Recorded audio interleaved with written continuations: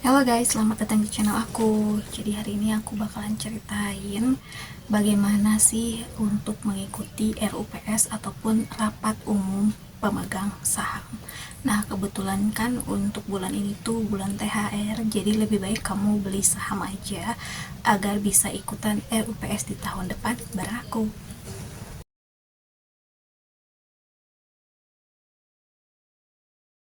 Mari kita kenali apa itu RUPS.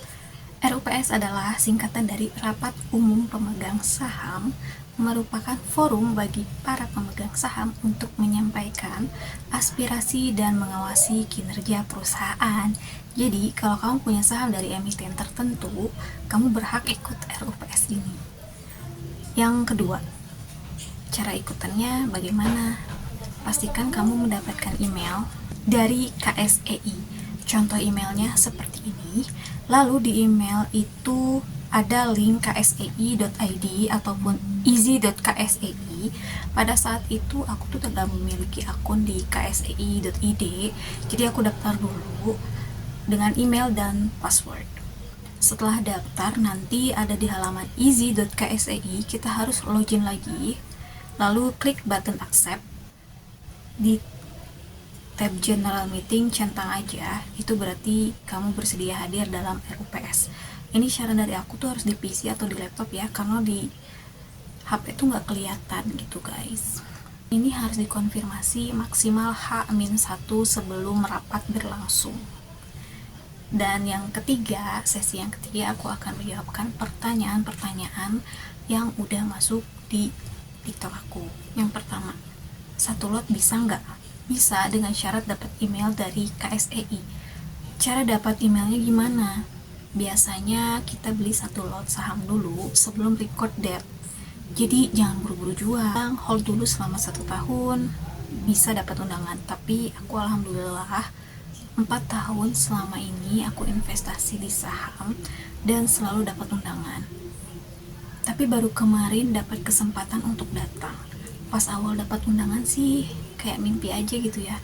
Masa sih aku yang cuma punya beberapa lot doang berhak datang? Atau pas datang ke sana tuh sempat deg-degan juga, takutnya aku tuh nggak berhak gitu loh. Terus yang kedua, harus pakai KTUR nggak? Aku kasih tahu dulu, KTUR adalah konfirmasi tertulis undangan rapat yang diterbitkan sekuritas seperti ini. Waktu aku ke RUPS BCA tidak membutuhkan KTUR, tapi jika ada emiten yang mewajibkan KTUR, cara mendapatkan KTUR dengan email ke aplikasi sekuritasnya. Contohnya seperti ini. Lalu tunggu balasan dan KTUR akan diberikan. Jadi lebih baik dari jauh-jauh hari udah ngirim email ya kalau memang diwajibkan membawa KTUR. Yang ketiga, saya dapat 6 lot tapi nggak ada undangan.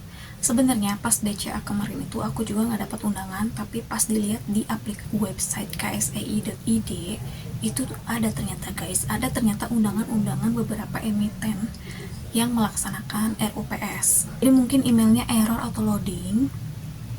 Kamu bisa sering-sering cek website KSEI dan login ya.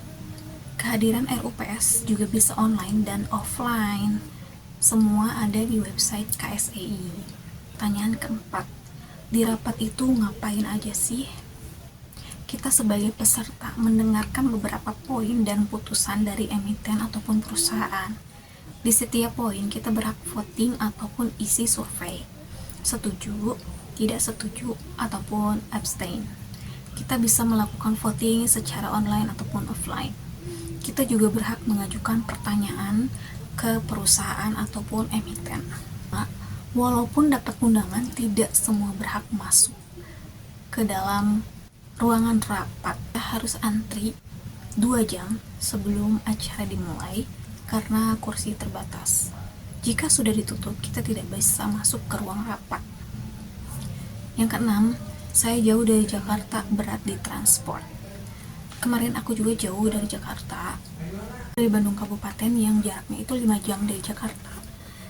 Jadi aku kemarin naik kereta Wush dari Bandung menuju Jakarta, jadi bisa lebih cepat, tapi harganya juga lumayan ya. Tiket TUS itu dari Tegaluar menuju Halim di 225.000 dikali 2 450.000 PP. Untuk busway 3.500 dikali 2 PP 7.000. Untuk Gojek 20.000 dikali 2 PP 40.000. Jadi total kurang lebih 500.000 ya dari Bandung menuju Jakarta. Tapi jika ingin hemat bisa pakai kereta dari Kiara Condong menuju Senen, itu cuma 46 ribuan aja. Tapi berangkatnya hanya di jam 00 dan sampainya di stasiun Senen di sekitar jam 4 pagi. Atau bisa pakai travel tapi waktunya nggak bisa ditentukan ya karena kendala macet dan lain-lain. Belum kalau kamu menginap, misalkan RUPS-nya tuh pagi-pagi sekali, seperti BCA kemarin ya, jam 9, tapi kita tuh harus antri jam 7.30, berarti kan kita harus pagi-pagi banget. Itu disarankan menginap dulu, atau RUPS nanti mandiri itu jam 2. Mungkin pulangnya malam ya, jam 7, mungkin kalau misalnya nggak kebagian kereta itu tuh harus nginap juga. Terus menginap di kisaran 200.000 sampai 300.000 per orang. Itu segelintir dari negatifnya ya, bukan negatif sih, tapi kayak berapa yang harus kita tuh modal dulu gitu. Tapi banyak banget positifnya yang nanti aku akan jelaskan di poin selanjutnya. Nomor 7, manfaat ikut RUPS. Jadi lebih mengenal emiten ataupun perusahaan yang kita beli sahamnya, mengetahui profit laba atau rugi perusahaan, mendapat relasi baru yang satu frekuensi karena pemegang saham juga, mendapat pengalaman masuk ataupun ke gedung hotel yang RUPS, mendapatkan souvenir eksklusif. Yang ke-8, undangan untuk berapa orang? 1 orang aja. Jadi jika kamu membawa teman, saudara, ataupun suami ataupun istri, mereka juga harus terundang dalam RUPS. Jadi kalau punya bestie, suami atau istri, lebih baik samaan deh beli sahamnya biar bisa bareng RUPS-nya. Dan FYI, gak boleh bawa anak kecil juga karena ini kan acara resmi. Pertanyaan nomor 9, pakai baju apa? Semi casual, tapi nggak ada dress code. Kalau aku sih kemeja plus celana kain, tapi rata-rata yang datang tuh pakai batik. Untuk tas, bebas bawa tas apa aja asal sopan, jangan gede-gede banget. Aku juga bawa backpack yang sedang karena aku bawa laptop dan kebetulan waktu itu aku menginap ya. Aku wajib bawa tote bag atau tas dokumen karena dikasih print out atau tim dan kartu voting. Tote bag ini berguna banget nih kalau misalkan pulangnya kita dikasih merchandise, tapi aku nggak berharap dapat merchandise ya. Tapi jikalau dikasih merchandise itu kita tinggal masukin aja ke tote bag.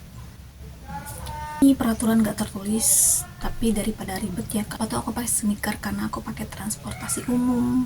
Tapi kalau mau flat shoes atau sepatu kulit juga bisa kok. So, gimana? Apakah kamu sudah mulai terbuka edukasinya mengenai RUPS ini? Jika masih bingung bisa komen di bawah ya. Koreksi juga jika aku ada kesalahan, karena ini pengalaman pertama aku ikut RUPS. So segitu aja video dari aku, mohon maaf berisik banget backgroundnya. Nanti kalau misalkan ada update baru aku bakalan upload di channel aku ya. Jangan lupa ya untuk subscribe dan like ke video ini. Terima kasih yang udah nonton dari awal sampai akhir. See you on the next video.